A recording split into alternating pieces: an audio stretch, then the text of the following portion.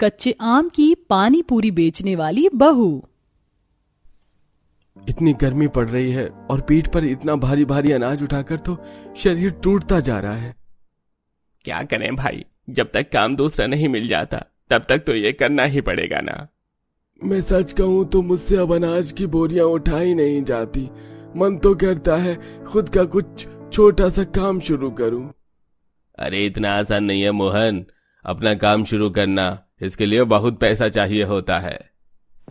पांचों भाई गरीब थे और मोटे सेठ के यहाँ पर अनाज उठाने का काम करते थे, लेकिन मोटा सेठ बहुत ही कंजूस और मक्कार था। वो काम तो कुत्ते की तरह करवाता था और दाम भिखारी से भी कम दिया करता था।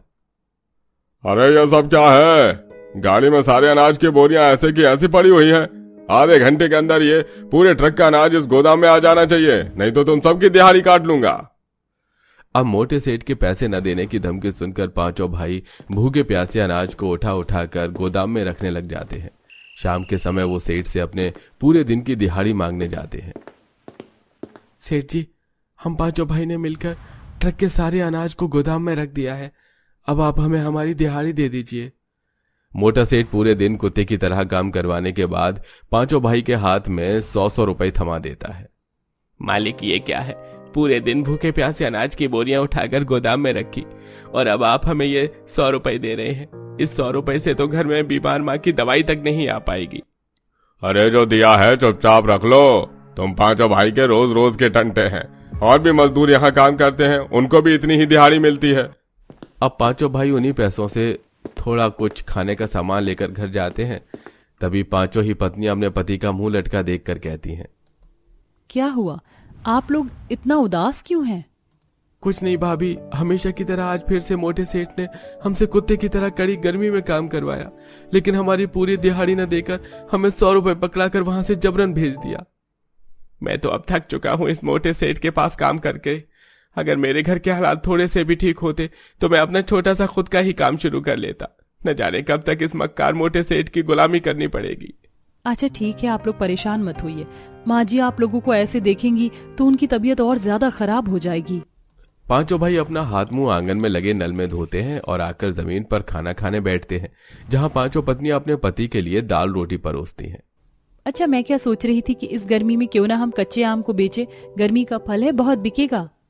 कह तो तुम ठीक रही हो, लेकिन आम की कीमत इन गर्मियों में बहुत ज्यादा होती है। हम गरीब लोग एक आम नहीं खरीद सकते तो आम का व्यापार कैसे करेंगे? पापा मेरे लिए आप ला दो ना, माँ कभी आम खरीद के नहीं देती, और अगर आपने आम का काम शुरू किया तो मुझे रोज कच्चे आम खाने को मिलेगा।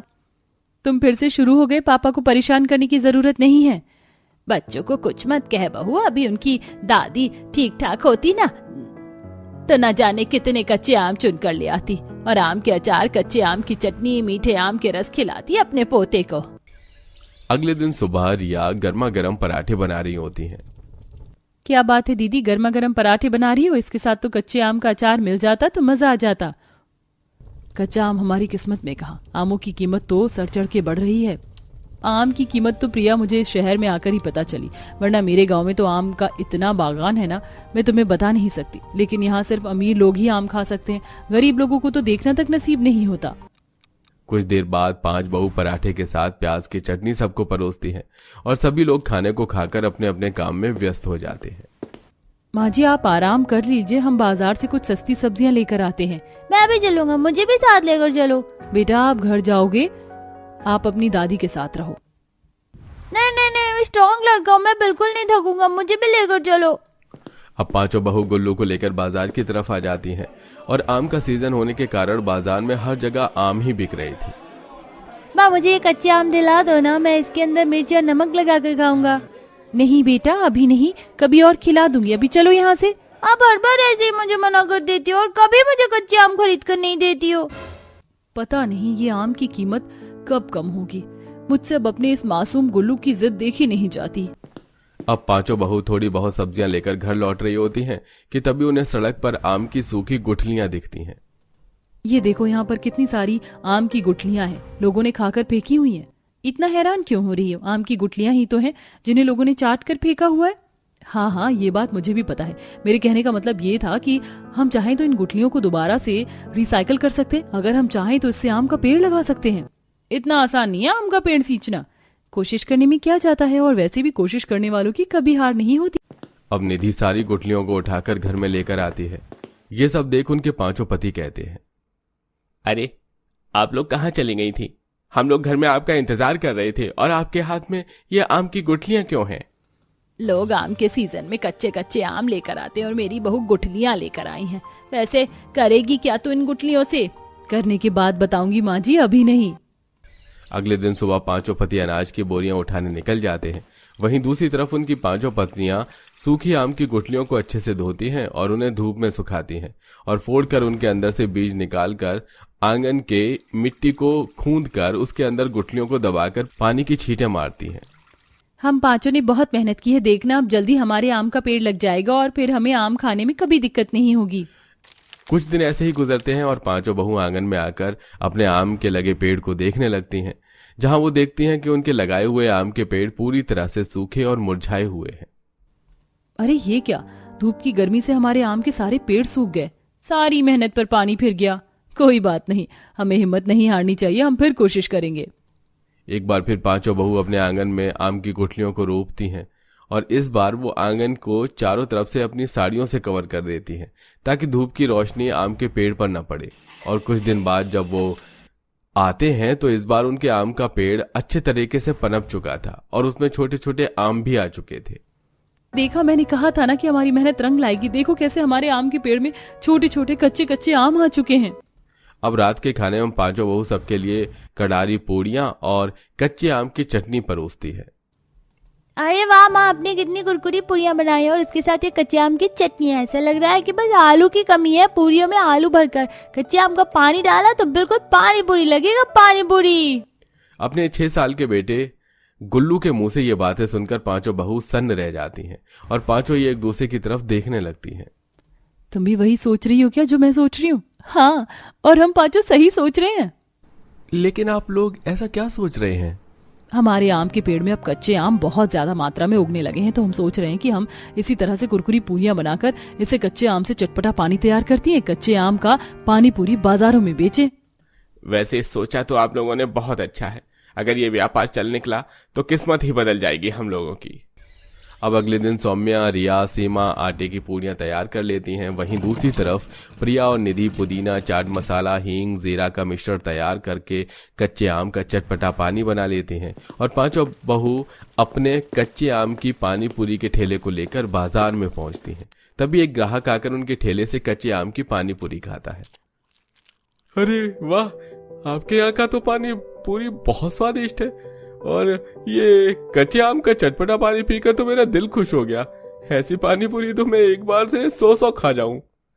अब पहले ही दिन पांचों बहू के ठेले के पास भीड़ इकट्ठा हो जाती है और उनका ये अनोखा कच्चे आम का पानी पूरी सभी लोगों को बहुत पसंद आता है। क्या डालकर बनाया इस कच्चे आम की पानी पूरी को, कितना चटपटा और खट्टा भी है, मजा आ गया। शुक्रिया, लाइए डोंगा, थोड़ा और आगे करिए, मैं थोड़ा और डाल देती हूँ कच्चे आम का पानी। अब देखते ही देखते पांचों बहू के कच्चे आम की पानी पूरी फटाफट बिक जाती है और अच्छी खासी आमदनी लेकर वो अपने घर लौटते हैं, जिसे देखकर उनके पांचों पति बहुत खुश होते हैं और उर्मिला भी अपनी बहू को शाबाशी देती है। अब समझ में आया कि तुम वह कच्ची आम की गुठलियां क्यों लेकर आई थी। तुम्हारे जैसी मेहनती बहू हर सास को मिलनी चाहिए। आप लोगों ने बहुत मेहनत की है, हमें गर्व है अपनी पत्नियों पर। अब देखते ही देखते पांचों बहू की कच्चे आम की पानी पूरी पूरे गांव में मशहूर हो जाती है। अच्छी आमदनी होने के बाद पांचों बहू पानी पूरी का ठेला हटाकर एक दुकान ले लेती हैं, जिसमें वो अपने कच्चे आम की पानी पूरी बेचना शुरू कर देती हैं। इसके बाद उनके पांचों पति के खुद के व्यापार का सपना भी पूरा हो जाता है। घर की आर्थिक तंगी भी हमेशा के लिए खत्म हो जाती है। आहा, कितनी राहत मिल रही है, वरना इस गर्मी ने तो जान ही ले ली है। और मेरे ससुराल वाले, उन्हें भी चैन नहीं है। मुझसे इस तपती गर्मी में किचन में खाना बनवा रहे हैं। नेहा अपने ऊपर बर्फ का पानी डालकर पूरी तरह गीली हो चुकी थी और किचन कम और धोबी घाट ज्यादा लग रहा था। तभी वहाँ नीलम की जेठानी मोनिका आती है। अरे, ये किचन में इतना पानी कहाँ से आया और तुम इतनी गीली कैसे हो गई? दीदी देख नहीं रही हैं आप, कितनी गर्मी है। तो क्या ये पसीना है? इतना पसीना आज तक मैंने किसी को आते नहीं देखा। नीलम अपनी जेठानी को कोई जवाब नहीं देती और मोनिका भी हैरान थी। क्या मोनिका अपनी देवरानी के गर्मी सहन न होने पर शरीर पर बर्फ का पानी डालने वाले वाकया से अनजान थी? और अगर वह इस वाकया से अनजान थी तो नीलम ऐसा क्यों कर रही थी? इसे जानने के लिए कहानी में थोड़ा पीछे चलना होगा। नीलम की शादी को महज 1 महीना हुआ था। नई नवेली नीलम को उसके ससुराल में काम के लिए कम टोका जाता था। बड़ी बहू छोटी बहू कहाँ है? काफी दिन से देख रही हूँ, वो खाना बनाते वक्त तेरे साथ नहीं होती। खाना खाते हुए भी तुम्हें चैन नहीं है। न जाने कब खत्म होगा औरतों का सास बहू नंद का साजिश। कमलेश की बात सुनकर गीता खाना खाने लगती है, लेकिन देर शाम जब मोनिका अपनी सास से खाने में क्या बनेगा पूछने आती है तब। छोटी बहू, अरे ओ छोटी बहू। जी माँ जी कहिए। मैं काफी समय से देख रही हूँ तू किचन में बड़ी बहू के साथ हाथ नहीं बटाती। माँ जी, मैं किचन में काम करने जाती तो हूँ, लेकिन मुझे किचन में काम करने की आदत नहीं है, तो गर्मी से चक्कर आ जाता है या फिर मेरे पैर लड़खड़ाने लगते हैं। देख बहू, तुझे इस घर में आए हुए 1 महीने से ज्यादा हो चुका है। कुछ दिन तो हमने इसलिए नहीं बोला कि चलो ठीक है खुद ही बहू काम काज देख लेगी, लेकिन तूने तो आराम करने का मन बना लिया है। अपनी सास की फटकार सुनकर नीलम किचन में खाना बनाने जाती है, लेकिन खाना बनाते दौरान उसे ज्यादा गर्मी लगने लगती है। गर्मी के मारे मुझे चक्कर आ रहा है, मैंने कहा था माँ जी को, लेकिन नहीं माना उन्होंने। तभी रसोई में नीलम अपनी जेठानी को देखकर गिरने का नाटक करने लगती है। अरे नीलम, क्या हुआ तुझे? माँ जी जल्दी किचन में आइए। गीता भी जल्दी से किचन में आती है और नीलम के मुंह पर पानी के छींटे मारती है। देवरानी जी आप आराम कीजिए, मैं किचन का काम संभाल लेती हूँ। उस वक्त तो नीलम काम करने से बच जाती है। अगले दिन गीता फिर से नीलम को काम करने के लिए कहती है। अरे बहू, आज फिर से तू रसोई में नहीं गई। तुझे क्या बार बार मुझे कहना पड़ेगा? जाकर रसोई संभाल, और चक्कर आना, शरीर में खुजली होना गर्मी में आम बात है। ठीक है माँ जी, जाती हूँ। गीता समझ चुकी थी कि नीलम हर दिन किचन में काम न करने का बहाना ढूंढ रही है, लेकिन वो भी अपनी बहू को बार बार किचन में भेज दिया करती और हार कर नीलम को भी गर्मी में खाना बनाना पड़ता। नीलम, जब तक तू काम कर रही है मैं और काम कर लेती हूँ। यहाँ गर्मी से मेरी हालत खराब है और इन्हें मजाक लगता है। इतना कहने के बाद नीलम काम में लग जाती है, लेकिन उसे गर्मी बर्दाश्त नहीं हो रही थी। तभी वह सिंक से एक जग पानी लेती है और उसमें फ्रिज से निकाल कर बर्फ डालती है और अपने सर पर डाल लेती है। आहा, कितनी राहत मिल रही है मुझे। नीलम पूरी तरह गीली हो चुकी थी। तभी वहाँ मोनिका आती है और नीलम को गीला देख और किचन में पानी फैला हुआ देख हैरान हो जाती है। इतना पसीना? मैं किसी के शरीर से निकलता इतना पसीना पहली बार देख रही हूँ, लेकिन ये किचन में इतना पानी कहाँ से आया? मैंने अपने ऊपर पानी डाल लिया है क्योंकि मुझे गर्मी लग रही है। क्या? लेकिन क्यों? इसलिए क्योंकि मुझे गर्मी लग रही थी। नीलम के गर्मी में काम करने के इस अंदाज से पूरा घर हैरान था और अब किचन कम धोबी घाट ज्यादा लगने लगा था। चारों तरफ पानी ही पानी और नीलम के शरीर से टपकता पानी कभी कभी खाने में भी चला जाता। बहू, खाना बन गया हो तो लगा दो। जी अभी लाती हूँ ससुर जी। नीलम, सभी खाने का इंतजार कर रही हैं। नीलम ने इस बार भी अपने ऊपर पानी डाल रखा था और बहुत गीली थी। अब वो डाइनिंग टेबल पर खाना लगाती है। फिर से तूने अपने ऊपर पानी डाला और किचन को बाथरूम बना दिया। बड़ी बहू, खाना तू ही लगा दे, वरना कल की तरह इसके शरीर से टपकता पानी खाने में न गिर जाए। अब मोनिका सबके लिए खाना लगाती है, लेकिन खाना खाते ही कमलेश खाने को थूक देता है। अरे दाल तो जली हुई है, सब्जी में से भी जली हुई बदबू आ रही है। अब गीता गुस्से में अपनी बहू नीलम को खूब खरी खोटी सुनाती है। कभी तो अपने ऊपर पानी डालकर खाना बनाती है और किचन को बाथरूम बना देती है। उससे भी मन नहीं भरता तो अपने शरीर का टपकता हुआ पानी खाने में गिरा देती है। उससे भी कुछ नहीं होता तो खाना जला देती है। देवरानी जी, ऐसे में तो घर में कलेश होगा, ये सही नहीं। मैंने आप लोगों से पहले ही कहा था मुझे खाना बनाते वक्त गर्मी लगती है और मैंने अपने मायके में खाना नहीं बनाया है और गर्मी के कारण मुझे पता नहीं चला और दाल सब्जी जल गई होगी। लेकिन रसोई में खाना तो मैं भी बनाती हूँ और गर्मी भी बर्दाश्त करती हूँ। ये जानबूझकर ये सब कर रही है ताकि इसे किचन का काम ना करना पड़े। लेकिन बहू, कान खोल कर सुन ले, काम तो तू ही करेगी। अब अगले रोज नीलम के घर उसकी जेठानी मोनिका के माता पिता आते हैं। समधन जी, आपको देखकर बहुत खुशी हुई। अरे समधन जी मुझे देखकर खुशी नहीं हुई। आप भी बहुत मजाकिया होते जा रहे हैं। अब गीता अपनी बहू को मेहमानों के लिए खाना बनाने के लिए कहती है। मोनिका भी अपने माता पिता के आने की खुशी में उनकी आओ भगत में लगी थी और नीलम खाना बना रही थी। बहू, खाना बन गया है तो खाना लगा दे। इस बार भी नीलम गीली थी। उसे देखकर गीता और मोनिका समझ जाते हैं कि इसने अपने ऊपर पानी डाला है, लेकिन वो जब खाना लगा रही होती तभी उसके शरीर से पानी टपककर दाल की कटोरी में गिर जाता है। आपको तड़के वाली दाल पसंद है ना? पसंद तो था अब बेटी, लेकिन अब लगता नहीं मैं कभी दोबारा दाल भी खाऊंगी। मेरे पेट में ना जाने क्यों दर्द हो रहा है। अभी तक तो कह रही थी भूख लगी है। तभी शांति महेश के कान में कुछ कहती है और महेश भी खाना खाने से मना कर देता है। अब जब शांति और महेश बिना खाना खाए घर से चले जाते हैं तब मोनिका को पता चलता है कि असल में हुआ क्या था। बस माँ जी बहुत हुआ, इसके मायके से लोग आते हैं तो मैं उनकी सेवा करती हूँ और इन्होंने मेरे माता पिता के लिए खाना तो बनाया लेकिन उसमें अपने शरीर से गिरता हुआ गंदा पानी टपका दिया। हे भगवान, क्या करूं इस औरत का। बहू क्या करूं मैं तेरा। मैंने तो ध्यान नहीं दिया और अगर उन्होंने ध्यान भी दिया तो बता दिया होता, मैं दूसरी दाल बना देती। मुझे तो डर है तू घर वालों को खाना खिलाती है उसमें भी अपने शरीर का गंदा पानी टपका देती होगी। दोनों देवरानी जेठानी में खूब लड़ाइयां होती हैं। अब अगले दिन नीलम में कोई सुधार नहीं आता और तो और एक रोज नीलम के गिरे पानी पर किचन में उसकी सास गीता फिसल कर गिर जाती है। सत्यानाश हो तेरा, जो तुझे अपने ऊपर पानी डालकर खड़े होने का शौक चढ़ा है। लेकिन आज तो मैं टप में पानी रखकर खड़ी हुई हूँ। वो पैर में जलन हो रही थी ना, शायद मुझसे ही एक जग पानी छलक कर गिर गया है। अरे नीलम तो देख क्या रही है, माँ जी को उठा भी। गीता गुस्से में अब किचन में एसी लगवाने का फैसला करती है जिससे मोनिका और नीलम दोनों खुश हो जाती हैं।